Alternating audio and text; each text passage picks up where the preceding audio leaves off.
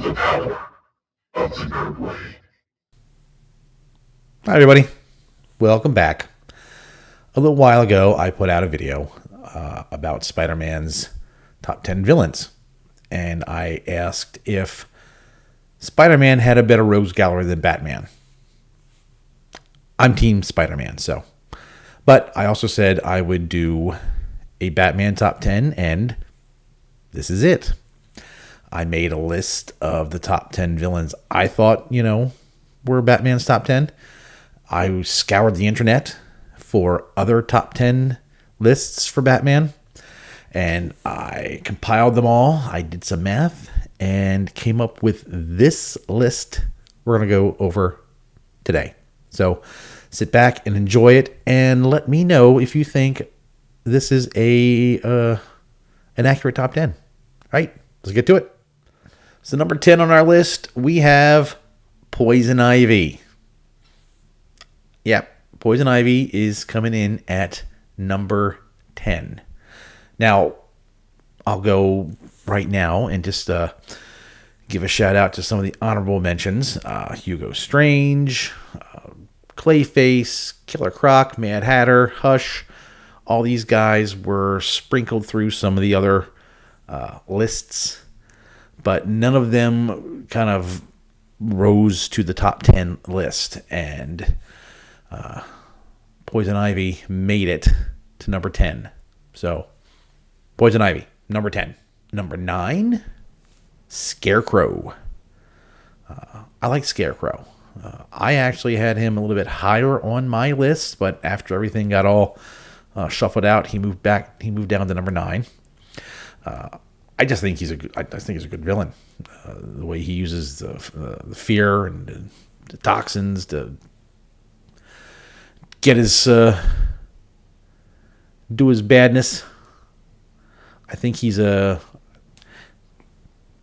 what they did with Batman in Batman Begins, the way they used Scarecrow, I thought that was great. That was a really good villain to use in that movie. So number 9, it was Scarecrow. Number 8. Now we're on the number 8. Number 8, Penguin. Right? He another villain that's been around for a very long time, who just recently got a new update in the Batman movie. I didn't see that movie. I think we've come to a bit of a Batman overkill, and after the Nolan Batman movies, I was done. I was done with Batman. I think we could let him rest for quite some time, but here we are. He's number 8 on the list. Apparently, there's going to be a HBO Max show about Penguin, but he comes in on our list at number 8. Number 7, we have the cold-hearted villain, Mr. Freeze. I think they used him the best in the Batman the Animated Series. I think he really shone as a villain. The Arnold Schwarzenegger thing was just bad, but the animated Batman version of Mr. Freeze, he was awesome. I think he was a great villain. I think there was a lot of heart in there too. I mean, he was bad, but he was because he had a wife that was, he was trying to help, and things he was doing bad stuff for her. So he was a sympathetic villain, but a villain nonetheless. And I really think the animated series did a really good job of bringing all that out in him. Mr. Freeze, number 7. Number 6, TwoFace. Yes. A villain so good, you need 2 of them. TwoFace. Again, the Nolan Batman movie, The Dark Knight, I think they did a really good job bringing him to life in the movie. I think I wish they would have done more with him. I wish they didn't kill him off.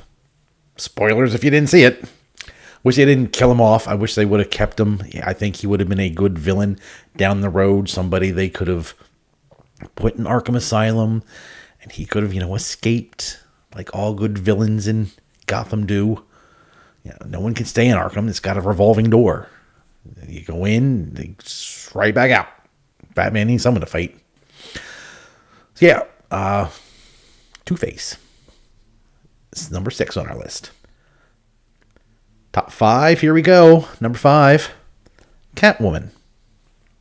Now, I really don't know if she's much of a villain anymore these days, seeing as how, she's really tight with Batman, and, they almost got married, and just the way she's treated in the movies, and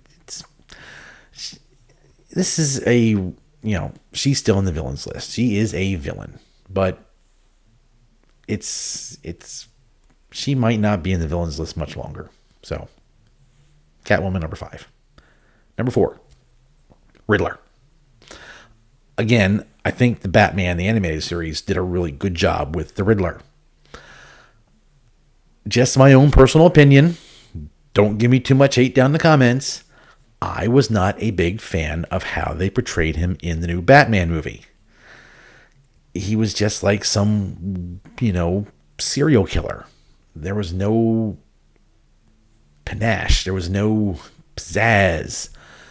The Riddler in the comics is smarter than everybody else. Or he's smarter than most people. And he likes to flaunt that by committing crimes and leaving clues that he thinks no one's going to be able to solve. Batman normally always comes around and does anyway. But in the movie, he was just, some Batman fanboy who thought he was doing good by going around and killing people and leaving, riddles. But now, the animated series, again, I think did a much better job with the Riddler than the movie. And the Jim Carrey Riddler, oh God, that's just cringe. Let's not even discuss that anymore. Number 4, Riddler. Number 3, Ras Al Ghul. He almost made it number 2. He has done a lot for the Batman. He's given us Talia, and from her we get Damian Wayne, the new Robin. There's a lot of stuff that has come through Ras and his interactions with the Batman. Yeah, my light just went out. Yeah, he has done a lot with Batman. He's been quite the foe.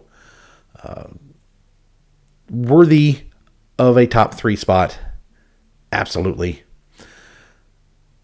But we've still got 2 more big names to go. And speaking of big names, number 2, Bane. Bane could have been number 1. Bane easily could have been number 1. No other villain has broken Batman, literally, like Bane has. He's not just, some big muscle-bound goon. He is smart. He is intelligent. He is quite the strategist. And when he came to Gotham and did what he did in Nightfall and crushed Batman, just snapped him over his knee, that was something no other villain had done before or since. And again, he could have been number 1. But I think we all know who number 1 is. So yeah, number 1, the Joker. He's got to be number 1. He was number 1 on my list. Every other list I went through had Joker as their number 1 guy. He has given Batman fits for decades. And just the fact that, later on, we found out there was actually 3 Jokers. And the Joker is great. He is a really fun villain to have. He was great in the Dark Knight movie. He was really great in the animated series with Mark Hamill voicing him. For the longest time, Mark Hamill was more Joker than he was Luke Skywalker. And that's fine. I think he did a great Joker. I think he brought something to the Joker that nobody has before or since. His Joker is going to be one that is hard to top. I know some people say Heath Ledger's Joker was the best.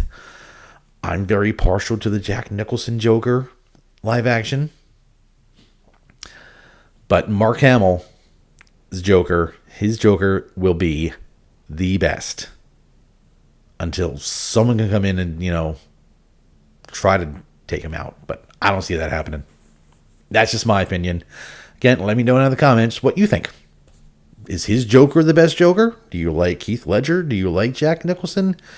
How many people like Jared Leto? Let me know.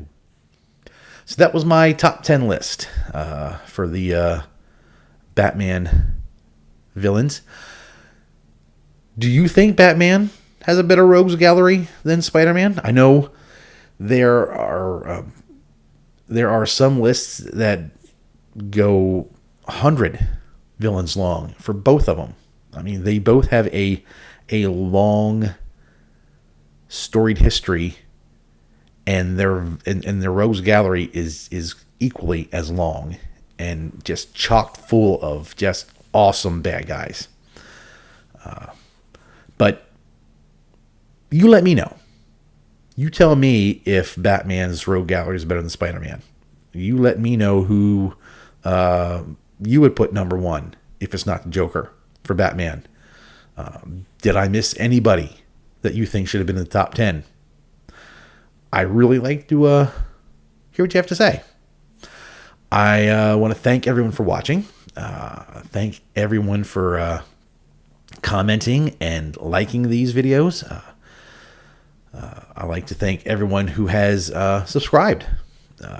Over 100 subscribers. I made a little plaque for myself since, you don't get a play button until you hit like 100,000. So I hit 100, so I printed out a little paper. It's what I did for me. It's fun. All right. Thank you, everyone, for watching. Please give this a like. Share it out with your other comic book friends. Let them in on this list and let them chime in on what they think. And if you haven't subscribed yet and I have earned that, please go ahead and hit that subscribe button. Join us nerds. We're talking all kinds of stuff. I got some other things in the pipeline that should be coming out later, and I can't wait for you guys to see. And until then, I'll see you guys on the next video.